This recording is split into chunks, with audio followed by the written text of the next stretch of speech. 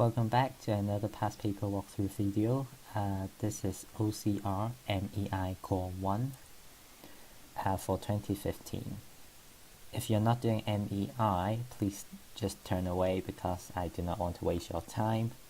And this video is suggested by Joshua D. And let us get right into section A. And the total mark for this paper is 72 marks.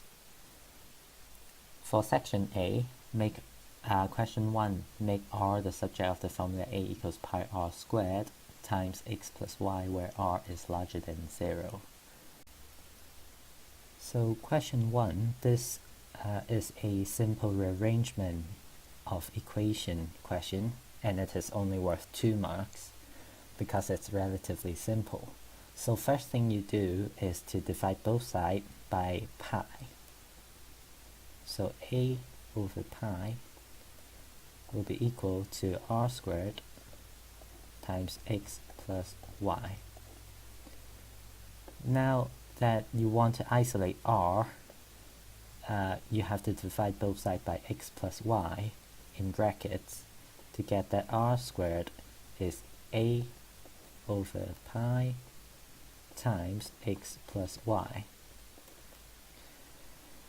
Now that we know that r squared is this, we must square root r squared to get just an r. But that would make a plus or minus the square root of a over pi times x plus y.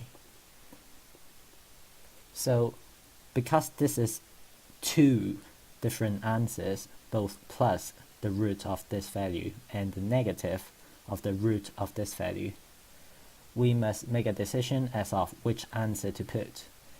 Conveniently, the question told us that r is larger than 0, and therefore it can't be a negative number. So it must be a positive number. So it is the positive square root of a over pi times x plus y. Now question 2 is a line L is parallel to y equals 4x plus 5 and pass through the point -1, 6. Find the equation of the line L in the form of y equals ax plus b, and also the coordinate of its intersection with the axis. So this question is relatively general because it is a typical geometric straight line equation question. So in order to find the equation of line L, we need to find the gradient of the line L. And given that it is parallel to y equals 4x plus 5, they must have the same gradient. And therefore the gradient m will be equal to the coefficient of the x value, which is 4. Now we can use the general solution of a straight line y equals mx plus c and put m as 4 to get the general equation for line L is y equals 4x plus c. And c is a constant, but we do not know what it is. That's why we need to find out using the points that it goes through. So when x is -1, y is 6, and the constant number contributes to the balancing of these two values, and therefore after rearranging you can find that c is a positive value of 10. So the general equation, well, the specific equation of the line L is y equals 4x plus 10. This is the first answer. Now the question also asks for the intersection point for the line and the axes, and in order to find that, either x value have to be 0 or y value have to be 0. Let's take a look at when x value is 0. So y is equal to 4 times 0 plus 10, and any number times 0 is 0, so we can ignore that. and therefore we get that y is equal to 10. This means that when x is 0, y will be 10. So this will be our first point.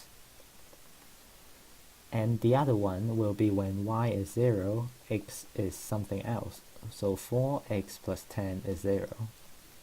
And after rearranging, you know that x is minus 10 over 4. Or if you use decimal, it's minus 2.5. And therefore, we know that if there's a point that goes through x is minus 2.5, it will go through 0y. That is the other answer to our question. So these three, the equation, the 2 points, gives you 5 marks. So question 3 is about power laws, and you have to give the value of 200 to the power 0 and 25 over 9, or to the power of minus a half.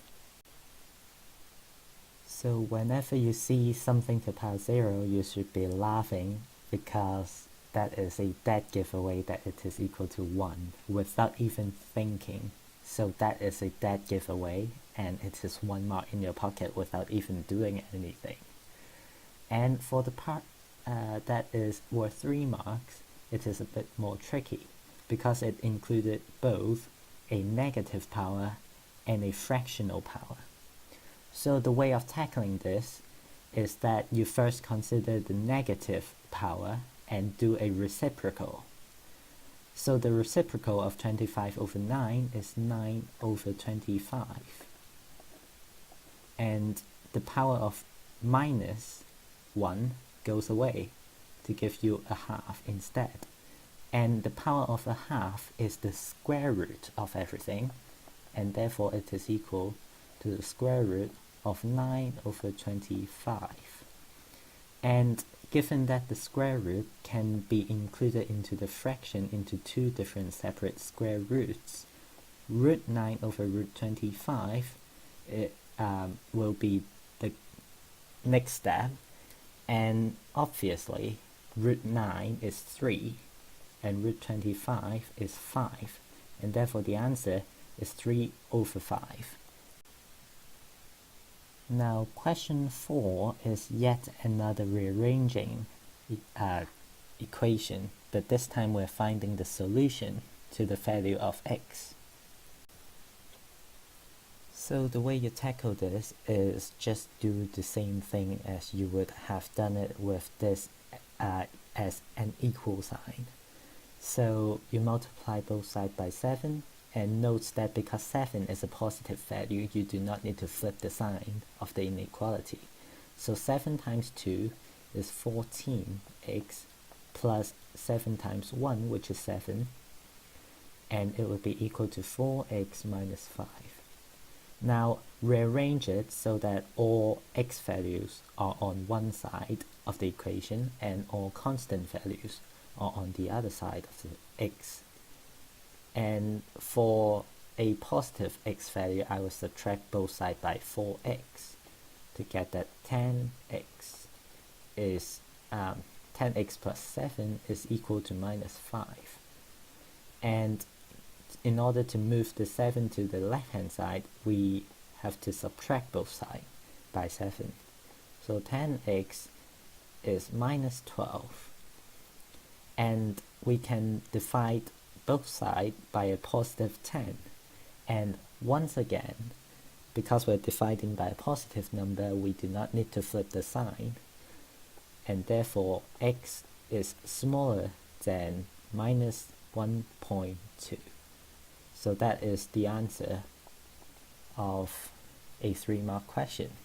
And the worst thing they can do on a paper to you regarding inequality is to have you dividing it by a negative number, because that would just flip the sign, and I can be sure that there are a lot of people who will forget to flip the sign. So make sure you don't get trapped right here. So question 5 is find the coordinates of the point of intersection between the two straight lines. This is again straight line questions and are relatively straightforward to do. So a lot of people will panic right here because they do not like the look of x equals x plus 3y, because x and y are on the same side. But you can just subtract both sides by 3y and get just a value of x. So x is equal to 8 minus 3y, and you can use substitution method and just put it right up there. And so that y is equal to 5 times 8 minus 3y, subtract by 2. And after you have expanded everything, you get that 40 minus 15y minus 2. Do not multiply the 2 by the 5 because it's not in the bracket, is equal to y. And so if you add both sides by 15y, you get 16y equal to 38 because it's 40 minus 2. Now the last step would be to divide both sides by 16 to get 38 over 16 as y. And you can simplify this expression by dividing both sides by 2 into 19 over 8. And 19 is prime number, so this is the end of the value of y. Now you just need to find the value of x. A lot of people can just simply find y and forget about x. So you know that 19 over 8 is equal to 5x minus 2. And you just add 2 to both sides, and that would give you 35 over 8 is equal to 5x. And x will be equal to 7 over 8. That would be the answer to this question. It is also a good idea to put this answer in the form of a bracket equation. So 7 over 8 comma 19 over 8 would be a better representation of the actual answer. Now question 6 is a Surds related question, and it is one of the questions that trick the most number of students. So let's see what we can do about it. Okay, so part 1 will be just a simple open the bracket answer. So just do the norms, 3 times 3 plus 3 times 4 root 5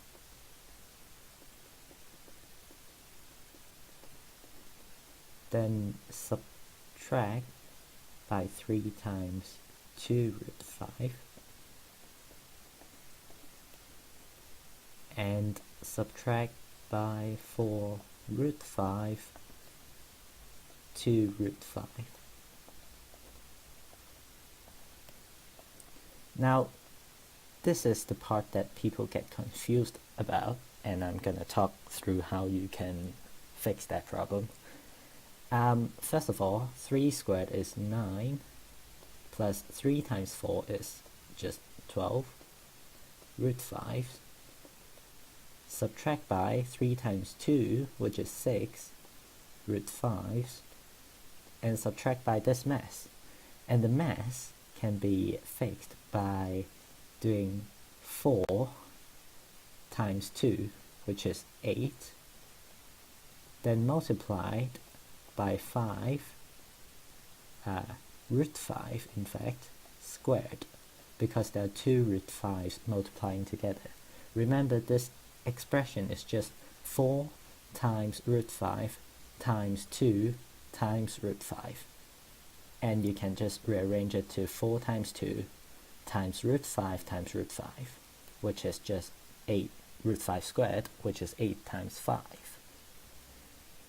And so the simplified 1 will be 9 plus 6 root 5 subtract by 40, and therefore the answer is just 6 root 5 subtract by 31. So for part 2, it's a bit more tricky because you have a very large square root and an irrational denominator. So the first thing we need to do is to break this down into a plus root a times root b form.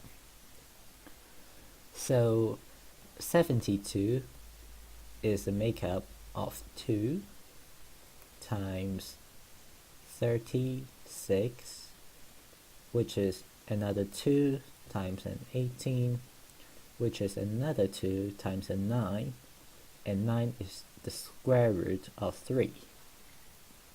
So whenever you see a pair of the same number, it goes to a multiply by 3, and you see a pair of 2's, it goes to a multiply by 2, and therefore we have a square root of 2, a single 2, times a 2 times a 3, which is a 6. So 6 root 2 is equal to root 72.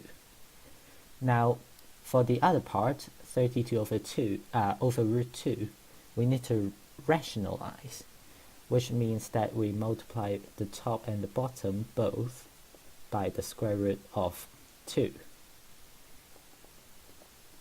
And so because we multiplied a number of a over a, it would be equal to multiplying by 1, which won't change the value at all. So the value of this will now be equal to 32 root 2 over 2. And the 32 and 2 cancel out into a 16 root 2. So now we have a 6 root 2 adding a 16 root 2, which is easily solved as a 22 root 2, and that is a root b, where b is the smallest that it can get. So that is 5 mark in total. So question 7 comes the fun bit of binomial expansion of 3x minus 2 to the power of 4. This is a relatively small binomial expansion and shouldn't take you that long.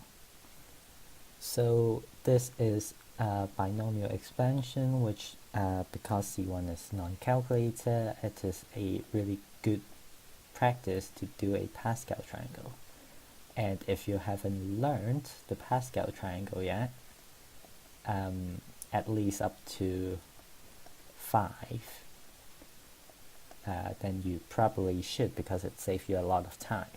So 1, 4, 6, 4, 1 is the sequence for the 4th power, because 1, 2, 1 is 2nd power, 1, 3, 3, 1 is 3rd power, and 1, 4, 6, 4, 1 is the 4th power.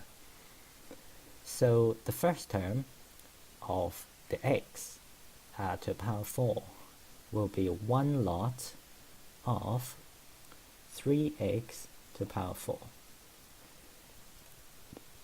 and none of minus 2. And the second term, which is the x to the power cubed, x cubed form, will be 4 lots of 3x cubed multiplied by a minus 2. And the third term, where x squared is 6 times 3x squared multiplied by minus 2 squared. The next term will be a 4 times 3x multiplied by a minus 2 cubed.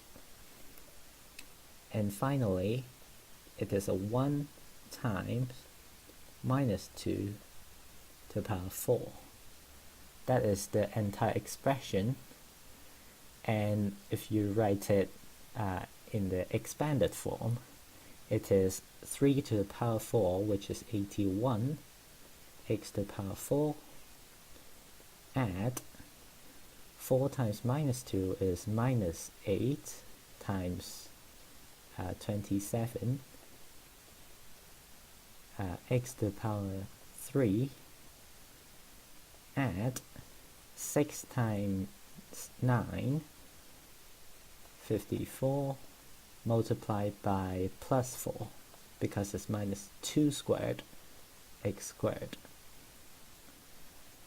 Then you have a 4 times 3, which is 12, multiplied by minus 8, minus 2 cubed, remember the minus sign, x, this is power 1. And you add the final term, which is just a constant number, which is a 16 positive, because it's minus to the power of an even number. So after you expand these values, you get 81x to the power 4, subtract by 216x cubed, add another 216 x squared, subtract by 96x, add 16. So that is the fully expanded answer of this question. Now going down to the question 8, where it is a Pythagoras question.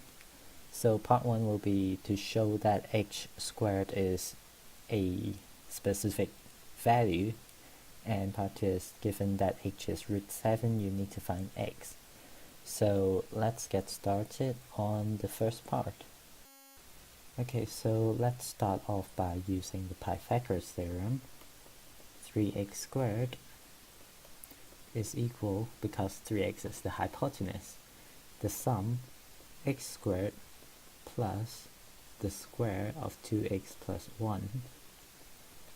And if you expand the whole expression, you get that 9x squared is x squared plus 4x squared plus 4x plus 1.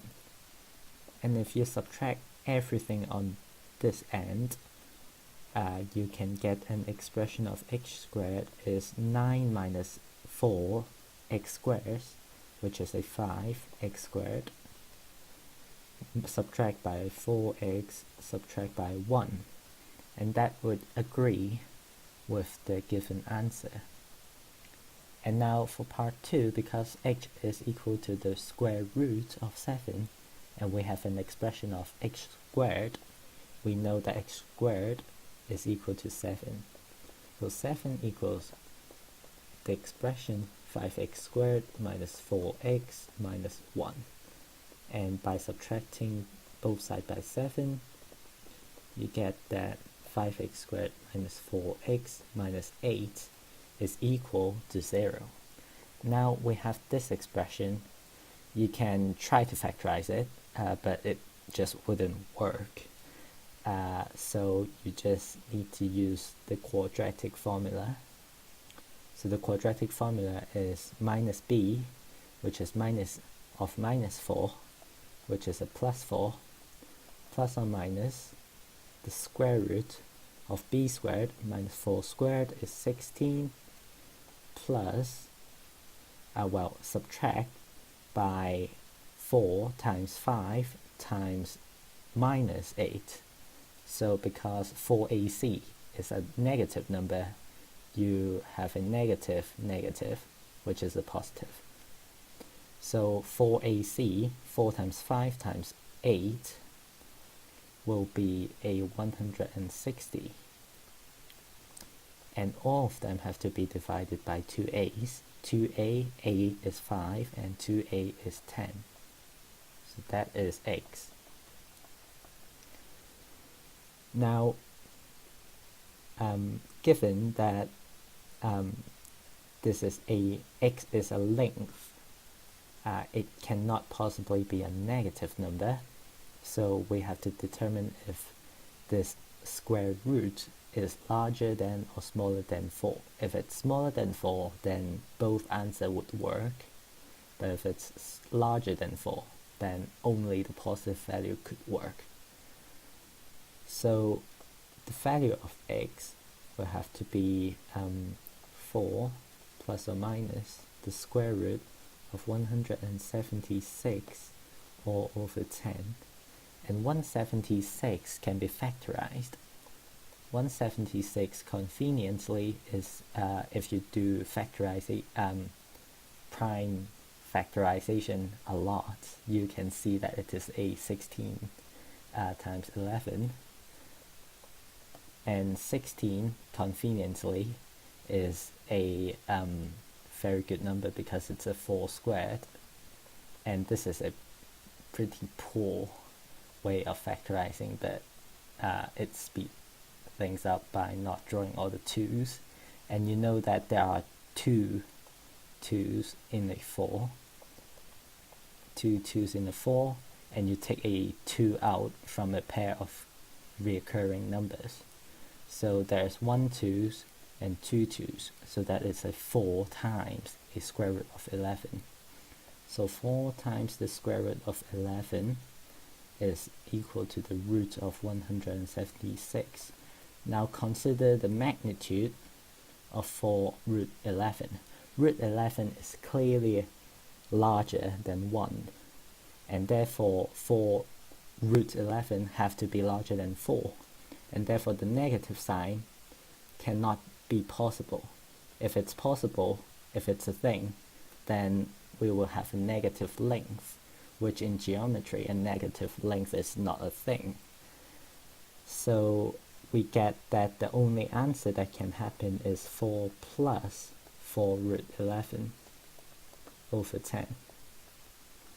And this can be simplified because the top is a multiple of 2 and the bottom is a multiple of 2. So you factor that 2 out to get that 2 plus 2 root 11 all over 5. And this is the final answer that you should have. So for question 9, the last question in section A, it is a logic question, which is stating either one statement leads to the other, or they are both supporting each other. So let's see why these are not true. Okay, so the statement is ABCD is a square, which means that the diagonals of ABCD intersect at 90 degrees. And also, because the diagonals of ABCD intersects at 90 degrees, it has to be a square. And the first statement is true, because if ABCD is a square, then their diagonals will have to be intersecting at 90 degrees. But if the diagonals of a kite, say the shape similar to this is clearly not a square, but they do, if drawn properly, have a perpendicular intersection of diagonals, and therefore the backward statement is not true, and the correct logic arrow should be to the right, where because it is a square, the diagonals intersect at 90 degrees. So this is one section of the answer, and the statement of because a kite disprove the backward statement. That is another point that you need to make clearly in English. And for the second part, it is x squared is an integer implies that x is also an integer. So in this case, it's simply just find a case that disproves it. Say you have 11, a prime number, is an integer, and if x squared is equal to 11, then x have to be the square root of 11, and this is clearly not an integer, and therefore this disproves the forward statement. However, the backward statement is true, because when x is an integer value, say 5, then x squared have to be a integer value as well. And so this backward statement is true, and therefore the correct logic arrow should be pointing to the left. And that is one mark, and the disproving is another mark. And so that is all of section A. And this concludes this part of the Core 1 paper walkthrough. If you want to take a look at how to do section B, which is a little bit more challenging, then feel free to wait for me to finish part B. And if you did learn something from this video, then please consider clicking the like button or subscribing for more educational content. And I shall see you in my next video.